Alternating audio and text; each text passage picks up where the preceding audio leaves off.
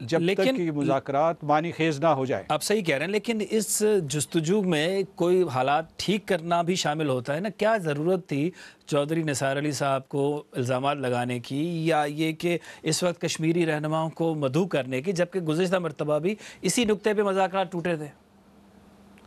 دیکھیے، کشمیری جو رہنما ہیں، کشمیری قوم ہے، اس کے ساتھ ہمارے ناطے صدیوں تک محیط ہیں. مذاکرات کی خاطر ہم انہیں معطل نہیں کر سکتے. یہ ایک روایت ہے جو ہم نے ہمیشہ برقرار رکھی ہے. وہ اس پورے تنازع میں ایک کلیدی فریق ہیں، ان کو بالکل آپ باہر نہیں نکال سکتے.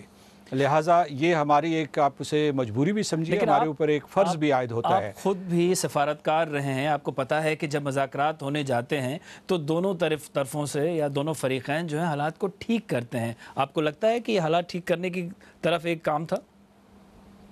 دیکھیے، یہ جو ہے، یہ میں ان الزامات میں نہیں جاتا کہ کس نے حالات خراب کیے ہیں. آپ پوری کا پورا پس منظر دیکھیے کہ پچھلے کئی مہینوں سے ہندوستان سے بہت اشتعال انگیز اور معاندانہ بیانات آ رہے تھے، اور اس کی وجہ سے یہ فضا خراب ہوئی ہے. پھر جو اوفا میں ملاقات ہوئی ہے، اس سے کچھ حالات تھوڑے سے سنبھلے ہیں.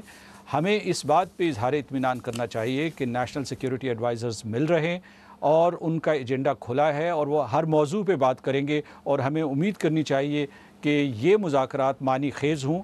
دہشت گردی کے حوالے سے جو بھی دونوں ممالک کے تحفظات ہیں یا شکایات ہیں، وہ زیر بحث آئے. مسئلہ کشمیر کے اوپر بات چیت ہو اور کوئی راہیں کھلیں. ہمارے درمیان جو ہے اس قسم کی فضا میں کشیدگی رہے گی. اگر ہم اس دن کا انتظار کریں گے کہ جب فضا مکمل طور پر پرامن ہو جائے گی تب ہم مذاکرات شروع کریں گے، تو میرا خیال ہے یہ ناممکن ہے. مسعود احمد خان صاحب، ہم سے بات کرنے کا بہت بہت شکریہ. اور ہمارے سوشل میڈیا صفحات پر بھی اسی بارے میں خاصی بحث جاری ہے. عمر خان کراچی سے لکھتے ہیں، جنگیں فوجیوں کی روزی روٹی اور سیاستدانوں کی سیاست کا ذریعہ ہیں. اگر یہ نہ ہو تو ملک کا پیسہ جنگوں کی تیاری کے بجائے عوام پر خرچ ہوگا. بیوارک بلوچ بولان سے لکھتے ہیں، انڈیا تو کشمیری رہنماؤں کو نظر بند کرتا ہے، لیکن پاکستان میں تو علیحدگی پسند رہنماؤں کو مار ہی دیا جاتا ہے. اور محمد محبوب قلعہ قلروالا سے لکھتے ہیں، انڈیا کا مسئلہ یہ ہے کہ کشمیر کی متنازع حیثیت کو دنیا تسلیم کر چکی ہے. اور اب ہم ایک نظر ڈالیں گے دیگر اہم خبروں پر. برطانیہ اور فرانس کے وزرائے داخلہ نے فرانس کے ساحلی شہر کے کیلے میں ایک معاہدے پر دستخط کیے ہیں، جس کے تحت کیلے میں مشترکہ پولیس فورس تعینات کی جائے گی تاکہ غیر قانونی تارکین وطن کو برطانیہ میں داخل ہونے سے روکا جا سکے. ایک اندازے کے مطابق کیلے کے راستے 4000 تارکین وطن برطانیہ پہنچنے کی کوشش کر رہے ہیں. مزید تفصیل کاشف قمر سے. کیلے میں تارکین وطن کے اس کیمپ میں کھانے پینے کی اشیاء تقسیم کی جا رہی ہیں. یہ ساری امداد رضاکار یہاں لائے ہیں. اس وقت یہاں برطانیہ سے تعلق رکھنے والا ایک گروپ امداد لے کر پہنچا ہے، لیکن اس اضافی مدد کے باوجود یہاں موجود لوگوں کی تعداد کے اعتبار سے یہ مدد کم ہی رہتی ہے. کیلے کی میئر کا خیال ہے کہ برطانیہ اور فرانس کی حکومتوں کو ان کیمپوں میں حالات بہتر بنانے کی خاطر اقدامات کرنے کی ضرورت ہے.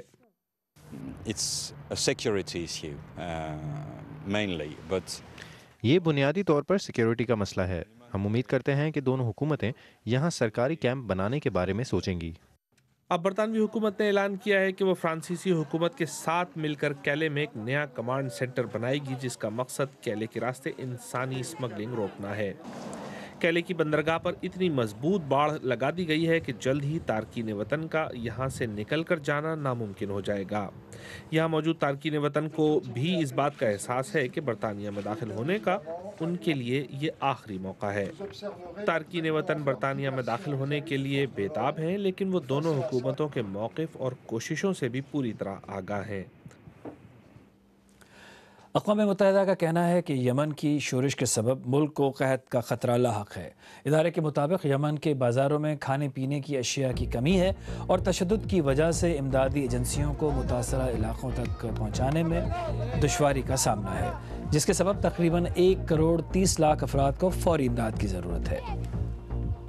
تھائی لینڈ میں پولیس کو جن 2 افراد پر شبہ تھا کہ وہ پیر کو ہونے والے بم دھماکے میں ملوث ہو سکتے ہیں، انہوں نے خود کو پولیس کے حوالے کر دیا ہے اور پولیس ان سے تفتیش کر رہی ہے. اسی دوران حکام کا کہنا ہے کہ اس بات کا امکان کم ہے کہ دھماکے کے پیچھے کسی عالمی دہشت گرد گروپ کا ہاتھ ہو. اور خزانے کے متلاشیوں نے اعلان کیا ہے کہ انہیں فلوریڈا کے ساحل کے قریب سونے کے سینکڑوں سکے ملے ہیں جن کی قیمت تقریباً $4.5 ملین بتائی جاتی ہے۔ ان 350 سکوں میں سے بعض 300 سال پرانے ہیں۔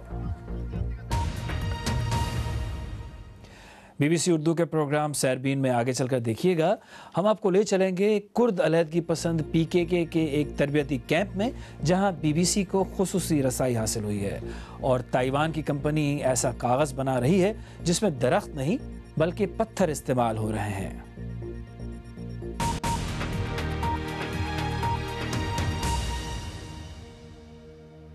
بی بی سی اردو کے پروگرام سیربین میں ایک بار پھر خوش آمدید، میں ہوں جاوید سومرو۔ گزشتہ کچھ دنوں سے ترکی نے اپنے جنوب مشرقی علاقوں میں سرگرم کرد علیحدگی پسند جنگجو گروہ PKK پر فضائی بمباری شروع کر رکھی ہے۔ یہ تنازع دن بدن سنگین ہوتا جا رہا ہے، لیکن PKK میں شمولیت اختیار کرنے والے کئی نئے رضاکار ترکی کے خلاف نہیں بلکہ خود کو دولت اسلامیہ کہنے والے شدت پسند گروہ کا مقابلہ کرنے کے لیے میدان میں اترے ہیں۔ BBC کے JR گول کو PKK کی خواتین کے ٹریننگ کیمپ تک خصوصی رسائی حاصل ہوئی جہاں سے انہوں نے یہ رپورٹ بھیجی۔ دیکھنے میں ایوین ایک عام جوان لڑکی لگتی ہیں، در حقیقت یہ 19 سالہ خاتون کرد ورکرز پارٹی یا PKK کی سب سے نئی رکن ہیں، اور باقی خواتین کی طرح وہ پہاڑوں میں چھپے اس ٹریننگ کیمپ میں عسکری تربیت حاصل کرنے آئی ہیں۔ ان کا مقصد نام نہاد دولت اسلامیہ کا خاتمہ۔ میں یہاں ٹریننگ کر رہی ہوں، عسکری مہارت، اسلحے کا استعمال وغیرہ سب کچھ۔ آپ کو سب سے زیادہ کس چیز میں دلچسپی ہے؟ مجھے سب کچھ اچھا لگتا ہے، خاص طور سے اپنے دوستوں کے ساتھ وقت گزارنا۔ میں یہاں سنجار اور کوبانے کا بدلہ لینے آئی ہوں، ان ساری ماؤں اور ان بچوں کے لیے جنہیں بے دردی سے مارا گیا۔ میں چاہتی ہوں کہ جو سنجار میں ہوا وہ پھر کبھی نہ ہو۔ ایوین خود بھی 2 ماہ تک شدت پسند تنظیم دولت اسلامیہ کی قید میں رہیں۔ ان کے کمانڈر نے مجھ سے درخواست کی ہے کہ میں ایوین سے اس بارے میں نہ پوچھوں، لیکن ان کے جسم پر نظر آنے والے یہ زخم اپنی کہانی خود سناتے ہیں۔ PKK نے شدت پسند تنظیم دولت اسلامیہ کے خلاف جنگ میں بہت سی قابل ذکر کامیابیاں حاصل کی ہیں، تاہم صرف انتقام کا جذبہ ہی نہیں جو انہیں ایک مؤثر قوت بناتا ہے۔ PKK کے سب جنگجو مشکل ترین ٹریننگ کے مرحلے سے گزرتے ہیں، لیکن یہ ان کی پہلی یا مرکزی جنگ نہیں ہے۔ 3 دہائیوں سے یہ کرد جنگجو ترک ریاست سے خود مختاری کی جنگ لڑ رہے ہیں۔ انقرہ میں حکومت انہیں ایک دہشت گرد تنظیم تصور کرتی ہے، اور ترک فوج نے گزشتہ ہفتوں میں انہی کیمپوں کے خلاف ایک شدید فضائی بمباری کی مہم شروع کی ہے۔ یہاں مسلسل آسمان میں اڑتے ہوئے ڈرونز کی آواز آتی ہے۔ گزشتہ سال میں سنجار پر دولت اسلامیہ کے حملے کے بعد ہزاروں یزیدی خواتین بھی PKK میں شامل ہوئی ہیں، لیکن ترکی کے ساتھ تازہ محاذ کھلنے کے بعد یہ 3 طرفہ لڑائی اب اور پیچیدہ ہو گئی ہے۔ ان خواتین کو دولت اسلامیہ کے خلاف لڑائی میں شامل ہونے کے لیے کئی دن تک پیدل چل کر جانا پڑتا ہے، لیکن ایک اور دشمن کی فضائی بمباری کے پیش نظر یہ خطرناک سفر اب راستے میں ہی ختم ہو سکتا ہے۔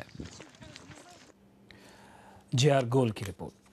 ہماری ویب سائٹ bbcurdu.com پر آپ آج جن خبروں میں دلچسپی لے رہے ہیں ان میں بھارت کے شہر گجرات میں ایک آنجہانی روحانی پیشوا کو رسول کا درجہ دینے پر 4 افراد کے گرفتار ہونے کی خبر آپ نے بہت پڑھی، جبکہ پولینڈ میں سونے سے لدی نازی ٹرین دریافت کرنے کا دعویٰ اور حماس کا اسرائیلی جاسوس ڈولفن پکڑنے کی خبر میں بھی خاصی دلچسپی رہی۔ کیا آپ تصور کر سکتے ہیں کہ آپ کاغذ بنائیں اور اس کے لیے پیڑوں کو نہ کاٹنا پڑے؟ ایک تائیوانی کمپنی ایسا ہی کر رہی ہے، وہ پتھر سے پیپر بنا رہی ہے اور یہ کام کرنے کے لیے اس نے $50 ملین کی سرمایہ کاری کی ہے۔ مزید تفصیل سنیے خدیجہ عارف سے۔ یہ دیکھنے میں عام کاغذ لگ سکتا ہے، لیکن یہ کاغذ کسی پیڑ کو گلا کر نہیں بنایا گیا، اس کو مکمل طور پر پتھروں سے بنایا گیا ہے، اور یہی وجہ ہے کہ اس کی عمر لمبی ہوتی ہے اور آپ اس کو پھاڑ بھی نہیں سکتے ہیں۔ اگر آپ اسے پانی میں ڈبا بھی دیں تو اس کی روشنائی بہتی نہیں ہے۔ اس کاغذ کو ان پتھروں سے بنایا جاتا ہے۔ یہ وہ سنگ مرمر ہے جو کانکنی کے نتیجے میں بچ جاتا ہے۔